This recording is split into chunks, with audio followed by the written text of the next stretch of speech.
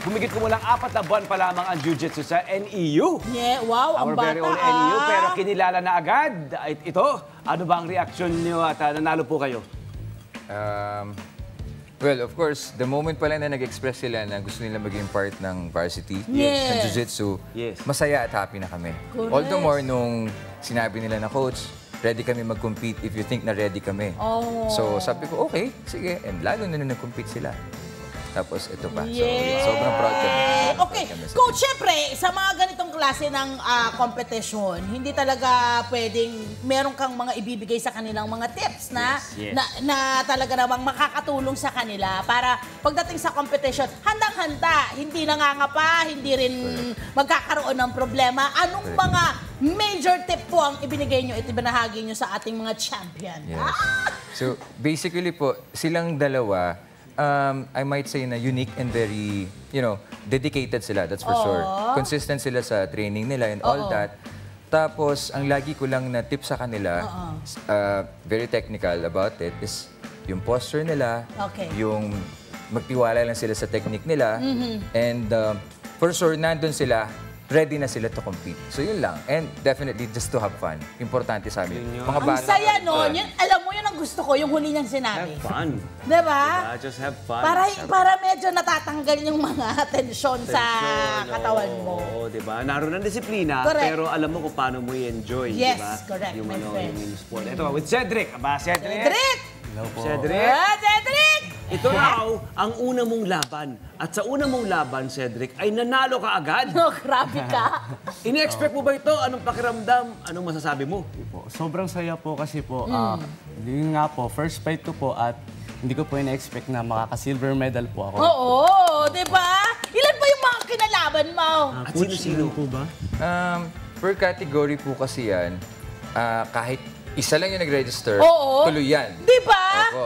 Pero sa kanila, usually, per weight category po yan, around 3 hanggang 12 po pwede po maglaban-laban yan. So from elimination po yan, once na natalo ka, out ka na. Okay. Hanggang sa umakyat ka sa semifinals, So, ang quarterfinals. dami mong kakalabanin bago ka pala magkaroon Dapat ng po ready ka medalya. na. Yes, ready ka talaga. Wow, paano yung first time mo? Opo. Ano ba yung nasa isipan mo nung nandun ka na? Ito na talaga to, yung una mo pa ng laban. Ano na? Ano naiisip mo? Blanco po talaga yung utak. Blanco. Medyo kinakabahan po kasi nga po Okay. first fight. Tapos hindi ko po kilala yung kalaban ko po. Kaya po talagang kabado-kabado po bago po umapak po ng sa mats. And finally, nakakuha ka ng medalya. Yes po. Akong kinikilig sa'yo. Parang wala ko nanalo. Kasi imagine mo yung first time, tapos may medalya ka, At my syempre, friend. It's a rare, di ba? Parang pagkakataon eh. At saka, ang karangalan niya ay karangalan nating lahat. Correct! Di ba? Diba? Tapos biglang nagkamedalya ka. Yes po. Gusto mong ano doon?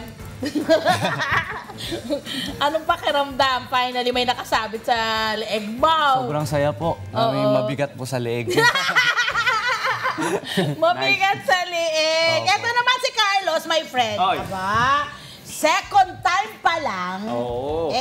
Itong pagsali niya, at gusto nating malaman naman sa kanya, paano niya prepare ang kanyang sarili, ang kanyang mga skill na meron, bago niya, hindi niya yan nasungkit, pinaghirapan, yung medalyang yan. Cedric. For this tournament, nag-prepare po ako, especially for yung strength and conditioning, and of course, wow. nag-training ako kay coach and sa other gyms. And pinaka naging kalaban ko talaga dito is time management kasi sa school. Kasi may school. Wow.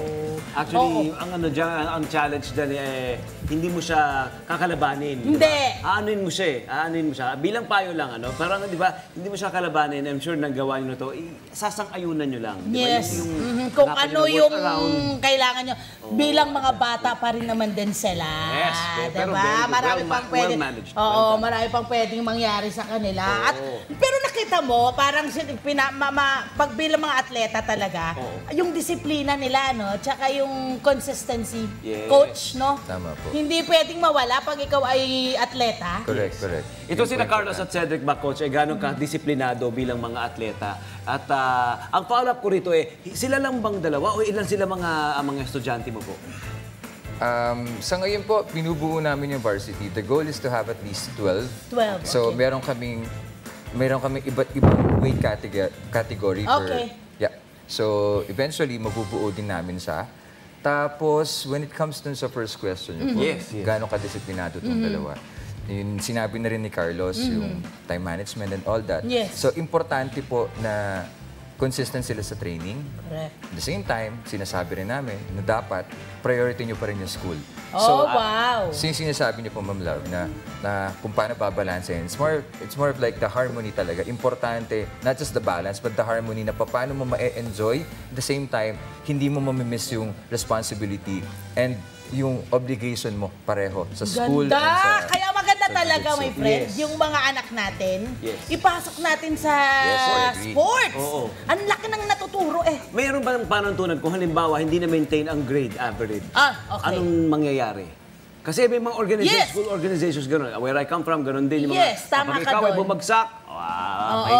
Or napabayaan mo yung pag-aaral. Yes. Diba? Definitely po ganun. Saset namin sila as doon muna kayo, you need to focus muna sa studies. Kasi yun talaga yan. Kaya naman sila varsities because currently they're having a decent grades. Okay. And- Are women allowed? Yes. Wow! Very good. Are you Diba? currently scouting for women athletes? Yes po, meron po kaming for tryout na 2 Nice. Yay! Go for it! to make it. Ito, para sa kaalaman ng lahat, Coach.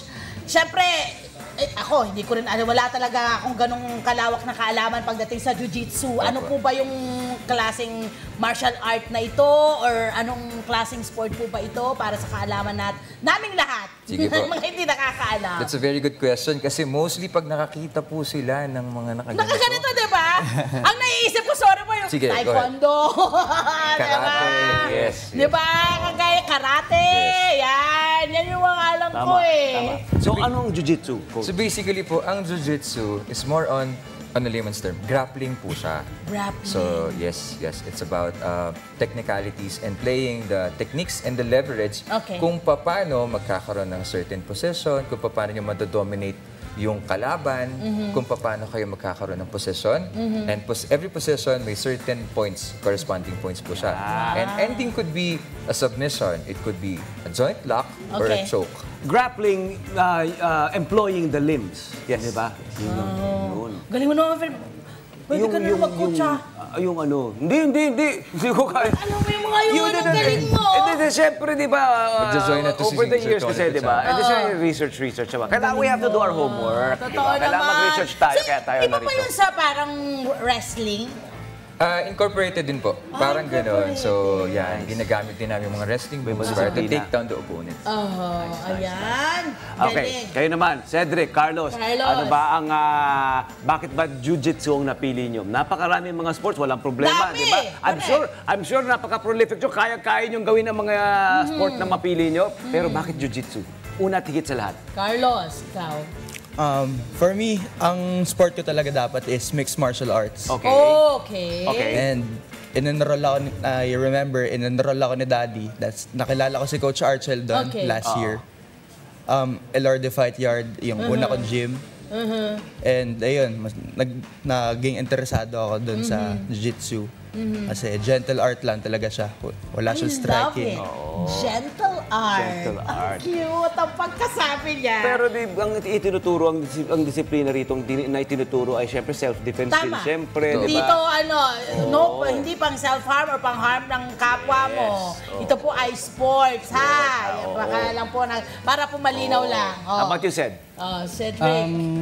Ano po talaga, gusto ko po talaga ng mga combat sport, yung talaga sakit po Yeah. talaga ng katawan. Tsaka, pag sa labas po, in case of emergency po, pwede ko po maprotektan yung sarili ko po. Tulad nga po. For self-defense. Yes, that's true. There you go. I'm sure meron kayong goals na iba pa pagdating sa inyong athletic career. Ano ba yung nakikita nyo sa inyong future pagdating ng araw? Kaya, alam mo, kasi mga ano natin to, Tama. mga possible mga Olympiad yes, natin Olympians, itong mga to.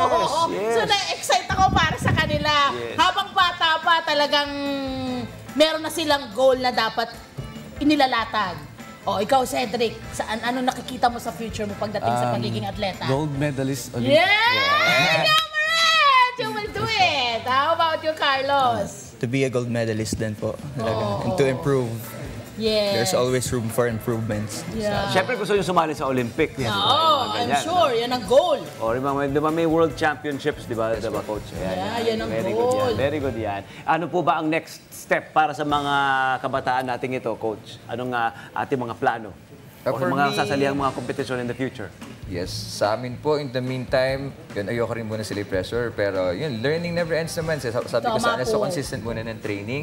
And if time permits, yung mga susunod na jiu-jitsu competition, Yes. sasalihan pa rin namin. And Yan. hopefully, biglan din namin ng chance yung iba. And kung silang dalawa, willing pa rin and nandun pa rin yung dedication nila. So, we're just gonna go ahead and, of course, conquer Well the challenge. done! Well done, you three! Maraming salamat sa Salamat, karangalan ha? Oo. ng pagwawagayway, ng paglaban sa Oo. ngalan ng ating bansa. Yes. Partner, last na Yes, lang ha. yes, go for it. Cedric and Carlos, anong masasabi nyo sa mga kapwa nyo, There you go. mga kaedaran nyo, mga kaedad nyo, na gusto maging katulad nyo? How to be you po. Ayan. Oo. Anong magandang mensahe may impart nyo sa kanila? Go, Cedric. Siguro po, kung sundan lang po nila kung ano po yung gusto nilang marating, yung goal po nila sa buhay, or kung gusto po nilang matuto ng jiu-jitsu, join lang po sila at makakatulong po to sa kanila pong pang-araw-araw na buhay, sa kanila pong sarili po. Nice one. That's nice. Carlos. You need to keep showing up kasi ang jiu-jitsu and any other sports, hindi siya overnight natututunan.